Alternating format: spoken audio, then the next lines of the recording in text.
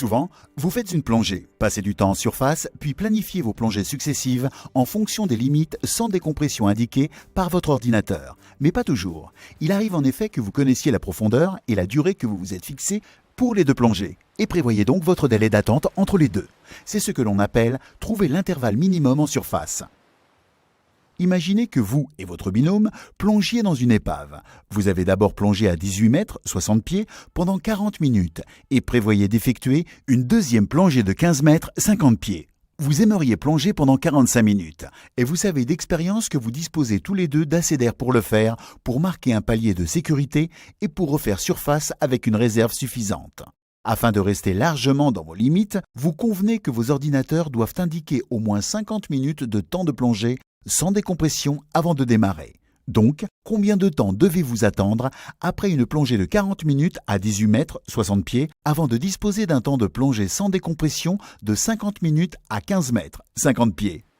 Une façon de le savoir consiste simplement à faire défiler périodiquement vos limites sans décompression jusqu'à ce que votre ordinateur indique le temps souhaité. Cela manque apparemment de précision, mais à mesure que vous gagnerez en expérience, vous apprendrez à appréhender vos gains de temps de plongée sans décompression pendant vos intervalles de surface.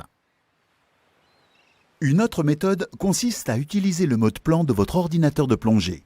Tous les ordinateurs ne sont pas dotés de cette fonction, mais certains indiqueront le temps de plongée sans décompression après une plongée une fois que vous aurez saisi vos intervalles de surface et vos profondeurs. Consultez la documentation du fabricant ou votre instructeur concernant cette fonctionnalité. Vous pouvez également utiliser une application de planification de plongée, la RDP Table ou le ERDP-ML pour trouver les intervalles minimums en surface. Ceux-ci ne correspondront pas exactement aux données de votre ordinateur de plongée, mais vous donneront une bonne estimation du temps que vous passerez à la surface. Les modèles de décompression utilisés par les ordinateurs et les tables de plongée sont basés sur la plongée au niveau de la mer. Plus vous êtes en hauteur, moins vous subissez de pression. Par conséquent, le fait de prendre l'avion après une plongée ou de plonger en altitude peut accroître le risque d'accident de décompression. Pour y pallier, la communauté médicale recommande d'attendre au moins 12 heures après une plongée avant de prendre l'avion. Si vous effectuez plus d'une plongée ou plongez pendant plusieurs jours d'affilée, attendez au moins 18 heures. Les recommandations de vol après une plongée étant périodiquement réactualisées, veillez toujours à respecter les nouvelles recommandations. Vous devez appliquer les procédures de plongée en altitude sur les sites présentant une élévation d'au moins 300 mètres, 1000 pieds. Certains ordinateurs doivent être paramétrés pour la plongée en altitude, alors que d'autres s'ajustent automatiquement. Consultez la documentation de votre ordinateur. Avec la plupart des tables de plongée, vous utilisez une table spéciale qui convertit votre profondeur réelle en profondeur théorique qui est ajustée en fonction de la différence de pression. Votre instructeur vous aidera à configurer ces options si vous effectuez vos plongées en milieu naturel en altitude. Vous avez appris qu'il était important de maintenir votre température corporelle pour éviter le risque d'hypothermie et de plonger détendu pour éviter le risque d'épuisement. Le froid et les activités vigoureuses peuvent aussi accroître le risque d'accident de décompression. Même s'il est important d'éviter le froid et les plongées trop ardues, si vous avez plus froid ou faites plus d'efforts que prévu, faites preuve d'encore plus de prudence que d'habitude. À l'aide de la RDP Table ou de la ERDP-ML, calculez la température ou le niveau d'intensité de votre plongée en ajoutant 4 mètres, 10 pieds, par rapport à votre profondeur réelle. Soyez particulièrement prudent avec vos paliers de sécurité. Si vous dépassez accidentellement une limite sans décompression, votre ordinateur indiquera les profondeurs et durées de palier de décompression d'urgence. Ne remontez pas au-delà de la profondeur indiquée pour le palier. Votre ordinateur indiquera quand vous pouvez remonter à la surface ou le palier suivant si vous devez en marquer plusieurs. Même s'il est important de marquer des paliers de décompression d'urgence, ne prenez pas le risque de tomber en panne d'air. S'il vous reste un peu d'air, marquez votre palier aussi longtemps que vous le pouvez, mais économisez suffisamment d'air pour remonter à la surface et sortir de l'eau. Une fois remonté, détendez-vous, respirez de l'oxygène d'urgence si vous y avez accès et restez attentif aux symptômes possibles d'accident de décompression. Ne plongez pas pendant au moins 24 heures. Il est fréquent que les ordinateurs de plongée se bloquent en mode erreur pendant toute cette durée si vous ne marquez pas le palier de décompression prescrit. Les premiers soins administrés sont les mêmes en cas de lésion par surpression pulmonaire ou d'accident de décompression. Vous n'avez donc pas à vous soucier de faire la distinction si un plongeur a besoin d'aide. On parle dans les deux cas de maladie de la décompression ou de DCI. Suivez la procédure que vous avez apprise dans la section 3 pour aider un plongeur non réactif. Surveillez sa respiration et administrez-lui au besoin une RCP. Contactez les services d'urgence, y compris le cas échéant, les services d'urgence en plongée. Maintenez le plongeur allongé et administrez-lui de l'oxygène d'urgence. Couchez un plongeur non réactif sur le côté gauche en lui soutenant la tête comme ceci. Administrez-lui les premiers soins jusqu'à l'arrivée des secours. Dans presque tous les cas de DCI, le plongeur doit être remis sous pression et recevoir un traitement prolongé dans un caisson hyperbare. Les premiers soins et le traitement doivent être administrés au plus vite. Plus vite le traitement est commencé, moins le risque de séquelles permanentes est élevé.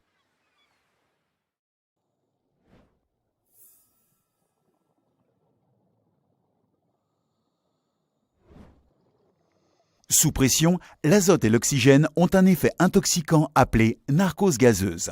Sans être directement nocif, cela peut nuire aux capacités de jugement et à la coordination du plongeur.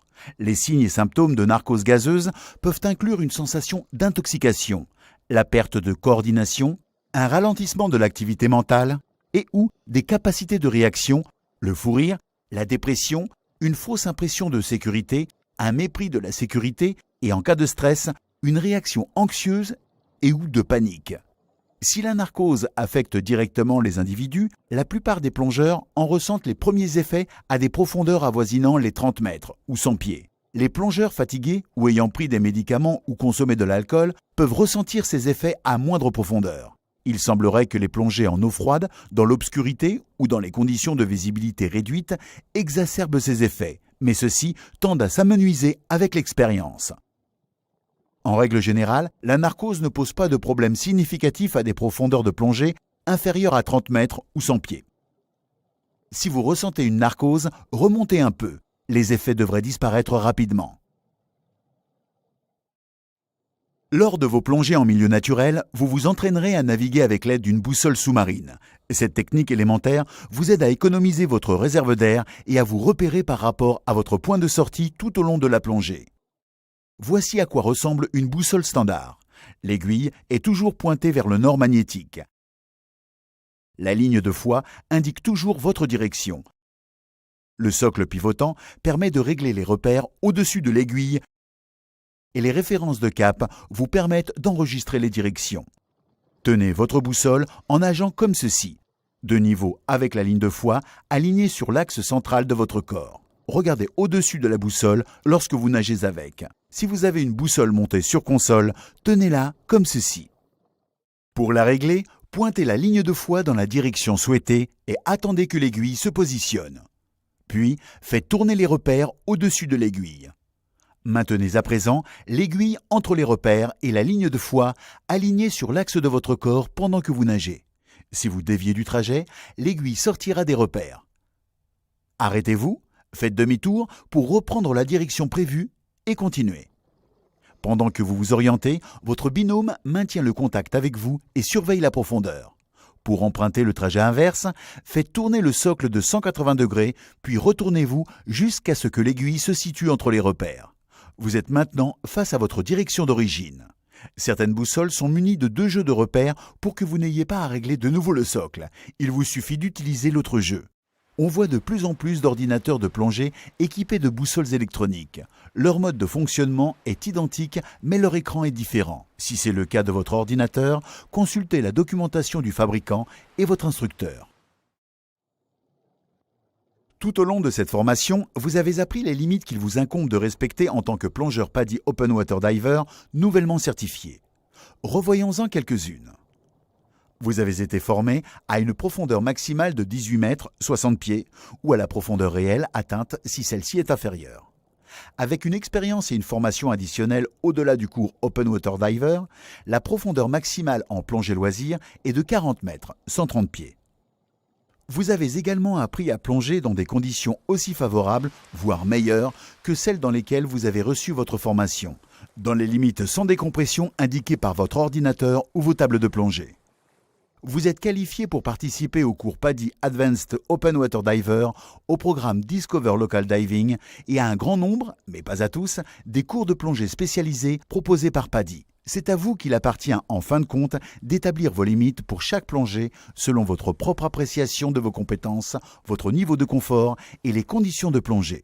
L'un des défis parfois rencontrés par les nouveaux plongeurs est la difficulté de rester en contact avec le milieu de la plongée. La communauté de la plongée a identifié 3 moyens d'y remédier. Premièrement, fréquentez des milieux où vous êtes susceptible de rencontrer d'autres personnes avec lesquelles plonger. Deuxièmement, variez vos sites de plongée. Et poursuivez votre formation de plongeur. Il est facile de rencontrer des camarades de plongée. Commencez par votre centre PADI ou de plongée où sont souvent proposés des clubs et activités.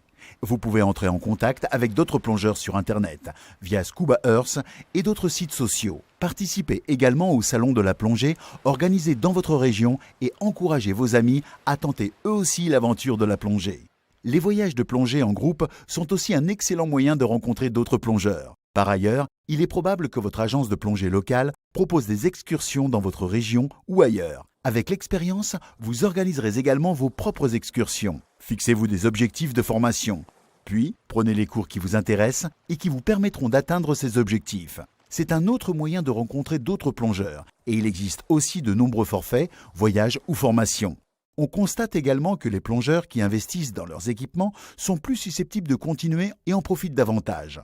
Votre propre matériel est celui qui vous convient le mieux. Il vous va parfaitement et est adapté au type de plongée que vous aimez. Le système PADI de formation à la plongée vise à vous aider à plonger en toute sécurité, mais aussi à faire en sorte que la plongée soit une activité que vous appréciez à long terme. Ce système propose un parcours de formation clair avec des choix qui vous permettent de découvrir la plongée et de progresser en fonction de vos préférences techniques et géographiques. Vous songez d'ailleurs peut-être à devenir un jour PADI Open Water Scuba Instructor. En poursuivant votre formation avec le système PADI, vous apprendrez de nouvelles techniques, rencontrerez de nouveaux camarades de plongée, découvrirez de nouveaux équipements et explorerez de nouveaux lieux et sites de plongée. Faites part de vos centres d'intérêt à votre instructeur ou agence de plongée ou consultez régulièrement le site padi.com pour vous renseigner sur les nouvelles mises à jour de formation PADI et autres mises à jour.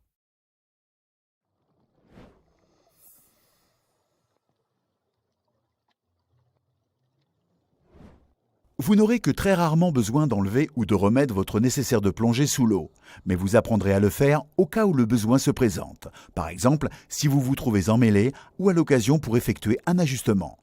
C'est l'une des rares techniques qui exige une flottabilité négative. Vous devez alors identifier une zone de fond non sensible, loin de toute vie aquatique fragile.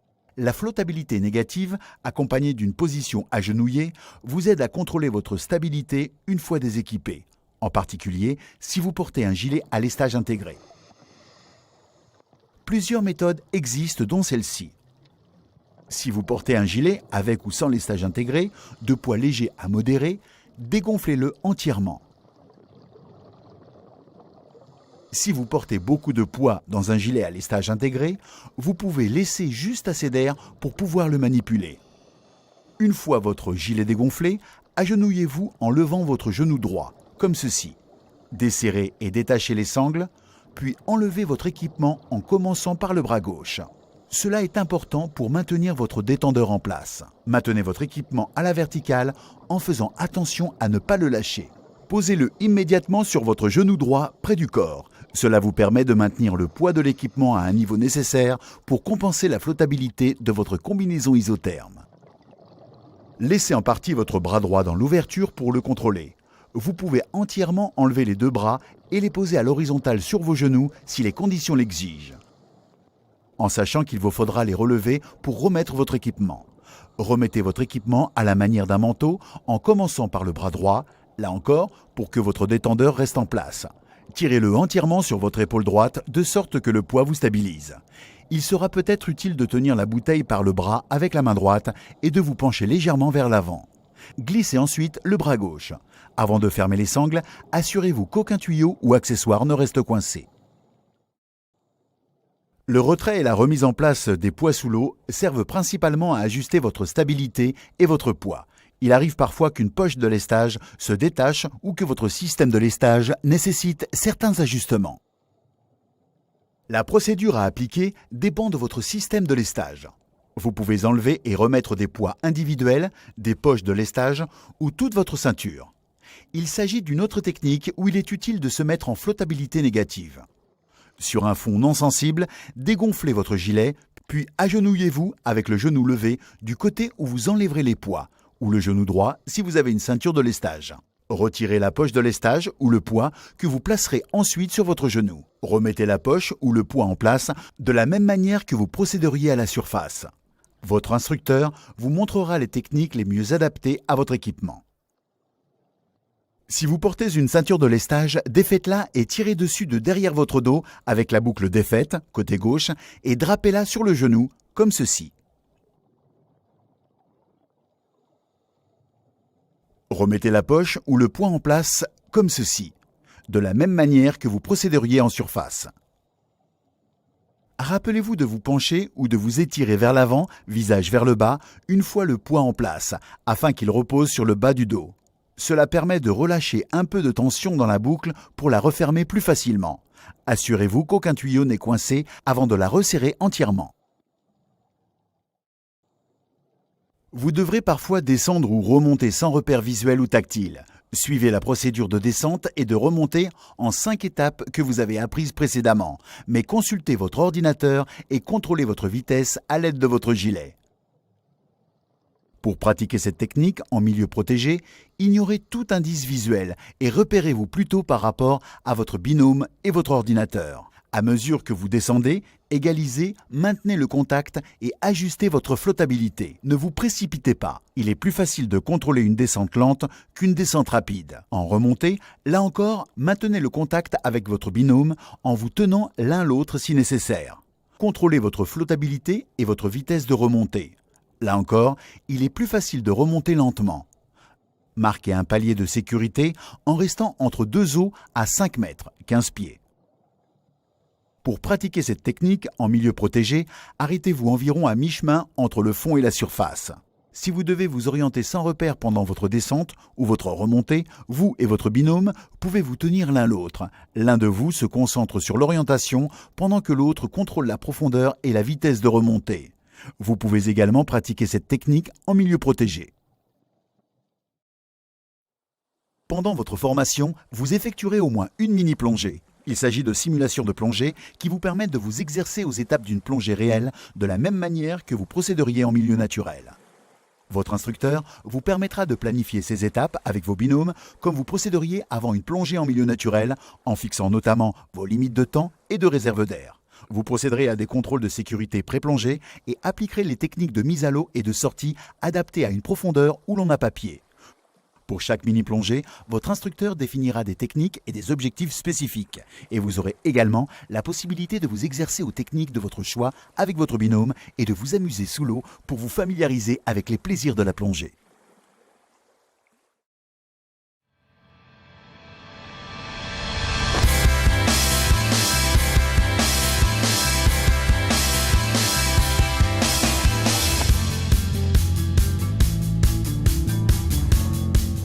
Apprendre à plonger peut comporter un certain nombre de difficultés, mais c'est aussi une source de découverte, d'enrichissement et d'excitation.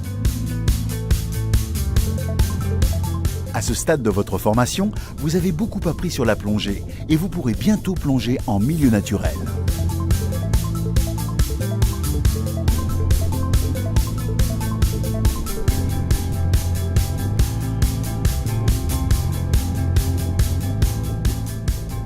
Mais aussi exaltant et gratifiant que puisse être l'obtention de la certification PADI Open Water Diver, ce n'est qu'un début.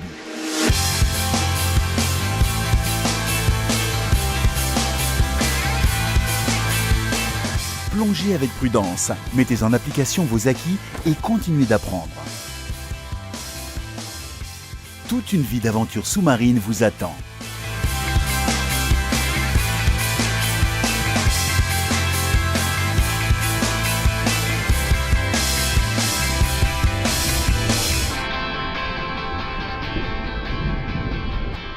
Bienvenue dans l'univers de la plongée.